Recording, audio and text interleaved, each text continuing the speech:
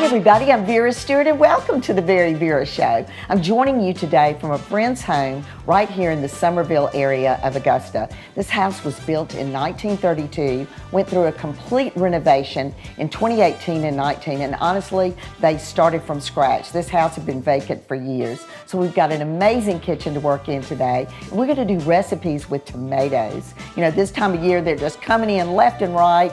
I've got three very unusual dishes today. We're gonna start with the fried green tomato that has a remoulade sauce that is fantastic, great for an appetizer.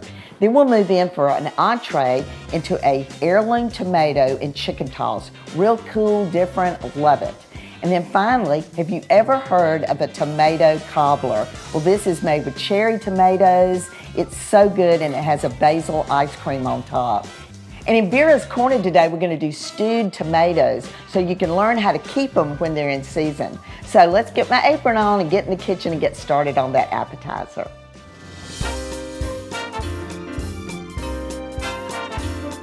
Okay, it is a beautiful day in Augusta, Georgia, and honestly, this kitchen is amazing. It is so light, airy, it faces the front of the house, the sunlight's coming in, it has been appointed with all Sub-Zero and Wolf appliances. I feel like I just want to put on my favorite music and just spend the day in this kitchen. I love it. So we've got a great recipe today. We're going to be doing fried green tomatoes.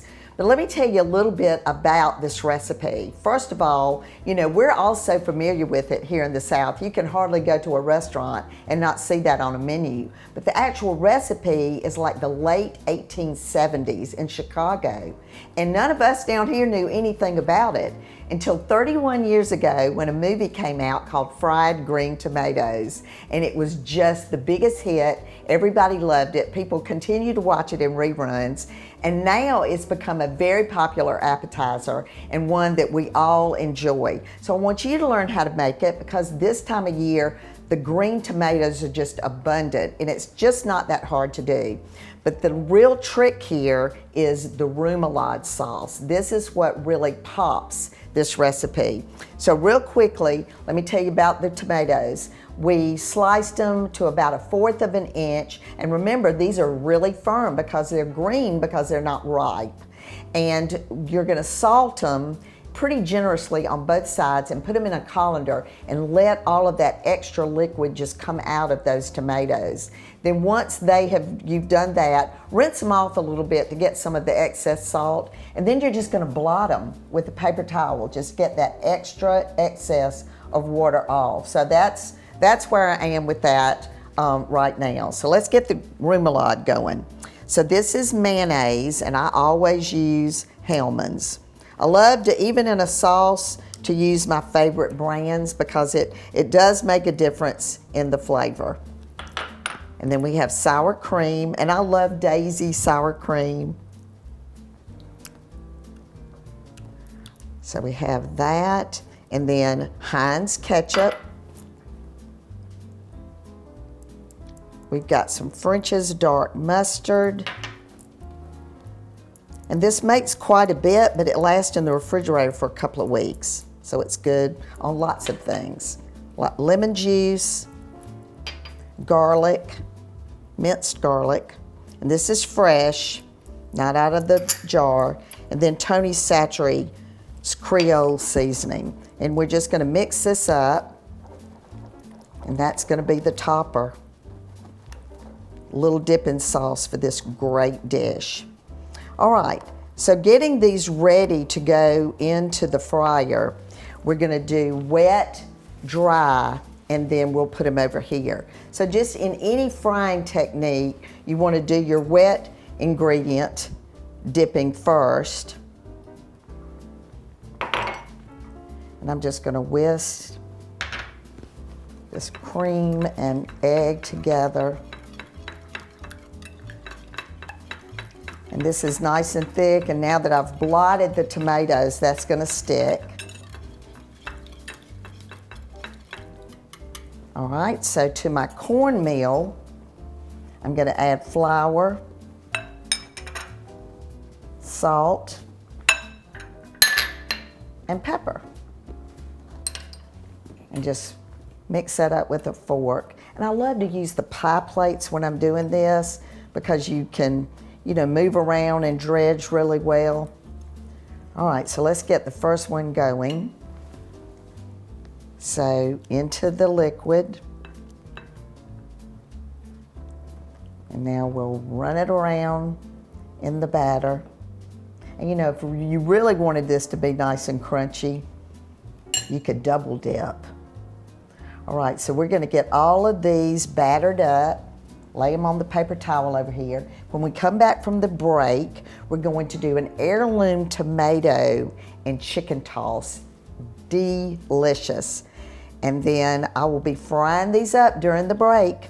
So come back with me in just a few minutes.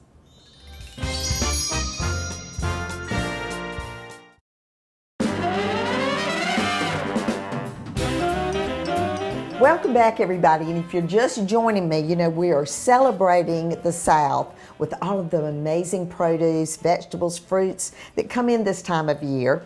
And we have fried the green tomatoes. Let me tell you something, that batter stuck to them because we blotted them. We got them really nice and dry before we did the wet, dry batter to go into the fryer. And a lot of times people shy away from doing frying in their home because the whole house smells like you've been frying. So find a shady spot in the yard. Just use an extension cord, take the Fry Daddy out there, and boom, you're done, and you've got a beautiful appetizer to use, and you haven't messed up the whole kitchen. All right, so now we're going to do an entree, and this one actually uses an heirloom tomato. And I remember when I was little, I guess, I would see a tomato like this and I would think, oh, there's something wrong with that tomato. It didn't get ripe all the way. And you'll see like shades of purple or shades of like brown or whatever on a heirloom tomato, but the flavor is phenomenal. So they may not be the prettiest, although I love unusual looking things, so I like this. So this is what we're using today in this salad. So the first step we're gonna take is the dressing that's gonna go into this heirloom tomato chicken toss. So it uses white wine vinegar, olive oil, we've got sugar, salt, and pepper. All right, and I'm just gonna whisk that with my fork. And that'll be ready to pour all over. I mean, just look at the ingredients here. This salad is so colorful. All right, so now I'm ready to slice this tomato. And I basically always use my tomato knife. It's like a bread knife, it's serrated, and you pretty much saw when you're using it. So see what I mean about how pretty that is? Really unique. As we've cut some of these other ones ahead of time, you see some of them are kind of almost burgundy colored and bright yellow. So all you're doing here, and I'll go ahead and hollow out that center, and I'm just making slices about 1/4 of an inch thick to add to the bowl here with what we have. And it's just, the texture is, it's firm, but it's ripe. It's really good. So just a few more and we'll be ready to go with that. All right, the other part of this recipe that makes this easy is that you can cook the chicken yourself if you like. But if you would rather, just pick up a rotisserie chicken. The flavor's there. You can do a different flavor. You've got the plain lemon pepper. You've just got a garlic one, different ones that you can use. But I think that's plenty for what we're doing there. All right, so now we've got the chicken. What I did, here's the whole one. You're just gonna shred it. So you've got some really nice pieces, of the shredded chicken. So to that, I'm gonna add basil. We used basil in many different ways with tomatoes. So people think that's too big, I don't want to bite into that, but honestly you do. These are chives. We've got parsley. This almost kind of reminded me of the old Simon and Garfunkel song with all the ingredients that goes into this. All right, so now I'll toss that up just a little bit. Now I'm gonna add in some feta. red onion. I'm gonna put the tomatoes in there. Ooh, I love this. And then watermelon. And then right before we get ready to serve it, I'm gonna drench it with that dressing, and it is splendid. All right, so when we come back from the break, how does a cherry tomato cobbler sound with basil ice cream? That's what we're gonna be making next. And in Vera's Corner, I'm gonna show you the techniques of getting tomatoes stewed and canned so that while they're in season, you can store them so all winter you can use them in sauces. So come back with me in just a few minutes.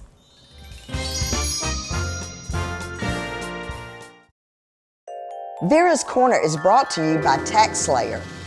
Stewed tomatoes, a southern technique that you never knew you needed to learn. This delicious recipe can go in a variety of dishes. It'll make people think you've been in the kitchen all day. Let's check it out. The key to this dish is using fresh, ripe tomatoes. Use 10 tomatoes, preferably beef or Roma, for best results.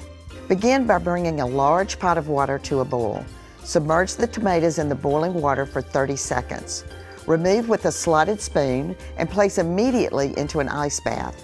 Peel with a paring knife, discarding the skins. The skins should fall right off. Next, dice the tomatoes up to a desired size. For a salsa or bruschetta, dice them smaller. For a smooth pasta sauce or soup, keep the tomatoes in larger chunks. In a large pot on medium heat, combine 2 teaspoons of salt, 1/2 teaspoon of sugar, 1 teaspoon of dried parsley, and 1/4 cup of green bell pepper with your tomatoes. Simmer for 30 minutes. Sugar and salt are the 2 essential ingredients, but spices and vegetables can be interchanged depending on personal preference.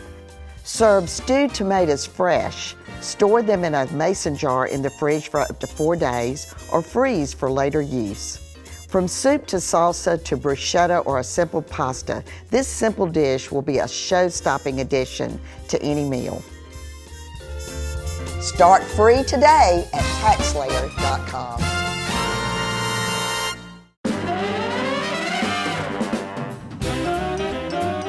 Welcome back, everybody. I hope you enjoyed Vera's Corner. And you know, we need to do these things when all of the vegetables and fruits are in season, to put them up so we can use them during the winter and remind ourselves of how lucky and fortunate we are to be surrounded by this wonderful produce in the summertime. All right, so the bean cherry and cherry tomato cobbler, this combination is so unusual, and I thought we have got to make this recipe. And so what we've done here is it's bean cherries that have been cut in half, the cherry tomatoes, and if they're big, cut those in half, and then sugar and water. And we've just put this in the saucepan and let it come to a rolling boil. And it's gonna boil for about 10 minutes, and we're almost there. You can see that the liquid has gotten thick, the sauce has gotten thick, and now in this last couple of minutes, we're just gonna zest some lemon to go with that. I'll do about half of this lemon to go with that. And the best part of this, although this is amazing just like it is, but there is a basil ice cream that goes on top of this. So let me tell you how you make that, because it is extremely easy to do. So what you do is you start with milk in a saucepan, and then you're gonna add about 18 to 20 fresh basil leaves to that, and you're gonna let it come to a rolling boil, which takes, you know, about 5 minutes, depending on your cooktop and the kind of dish that you use. You're gonna put the lid on the pan and let it rest for about 30 minutes. Blend this after that in a blender until you've got a really nice puree. You still wanna see parts of the basil, but you don't wanna see big pieces of it. Once you've done that, you're gonna add in condensed milk and whip that together. You're also going to whip heavy cream in your stand mixer until it has got really stiff peaks. So that is gonna take several minutes, but what you wanna remember is you're going to do this slowly so that that cream doesn't go everywhere, and you really do wanna get the stiff peaks formed. Then transfer the basil mixture into your heavy cream. And again, take your time, fold it so it stays together, and it just is going to go into just a container that you can put in the freezer, and it is the creamiest ice cream. All right, let me add just a little bit more zest to this. And now we're going to take this and get started on the batter. All right, so for those of you that do cobblers all the time, you know it's the 1 cup of sugar, 1 cup of flour, et cetera, et cetera. Basically, that's where we are at this point. So I've got flour, sugar, and I'll mix those together. And then you want to add your milk in, maybe make a little place and kind of stir quickly. And even if there's a few lumps, they're going to cook out when you cook it. And I went ahead and preheated the oven to 350, and my Martha Buck pottery casserole dish that I absolutely love, I put my butter in there and stuck it in the oven so it would be melted for the second half of this. All right, so once this is blended, it's just going to go straight into that butter. And the aroma, y'all, of the tomatoes and the cherries and that lemon zest, you can see it in there as well. Okay, so this is ready to pour into the dish.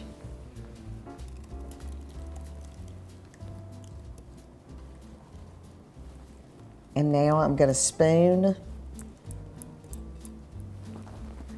the fruit in. Actually, let me use my regular spoon. So you want to distribute it around, but you also want a lot of it to bleed through the batter.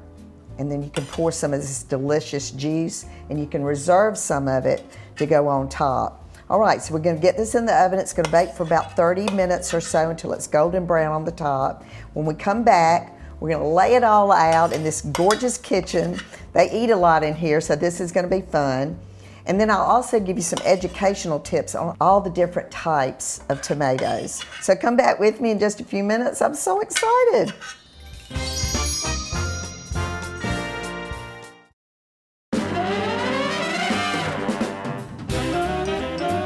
Are you hungry for tomatoes yet? I'm telling you, this display just indicates why we should be using this produce when it's in season, because it's bountiful, it's delicious, it's colorful, it's healthy.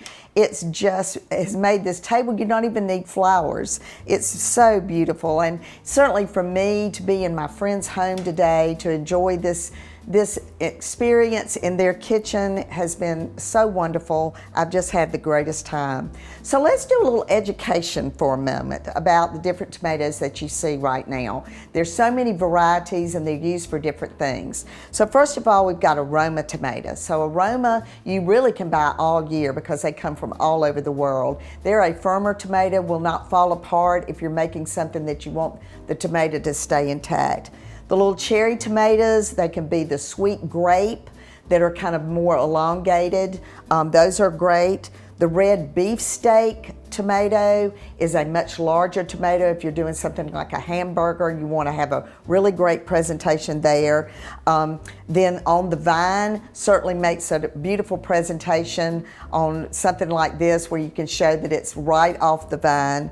The green beefsteak, again, would be great if you're doing the fried green tomato as an appetizer. Plated would be amazing. And then finally, the heirloom tomato that we discussed earlier has so many different color varieties with that. It really adds a lot to a dish. All right, so let's walk back through what we did today.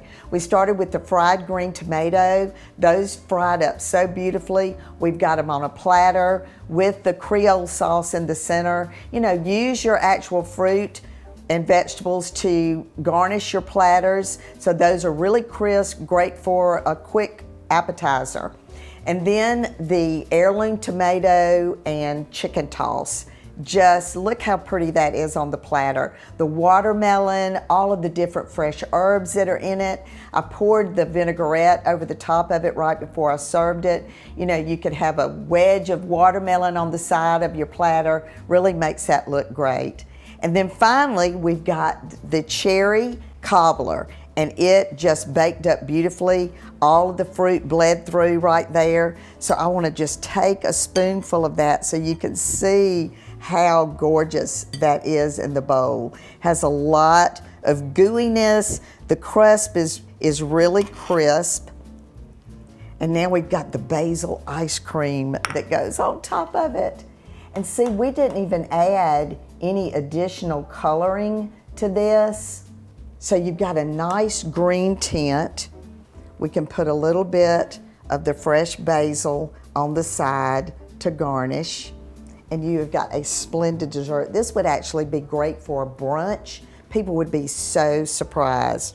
So I hope that you'll enjoy these recipes. They're always on our website at VeryVera.com. And as I always say on the Very Vera Show, no matter what you do it in good taste. We have certainly proven that today. And I hope you'll come back and join me again next week.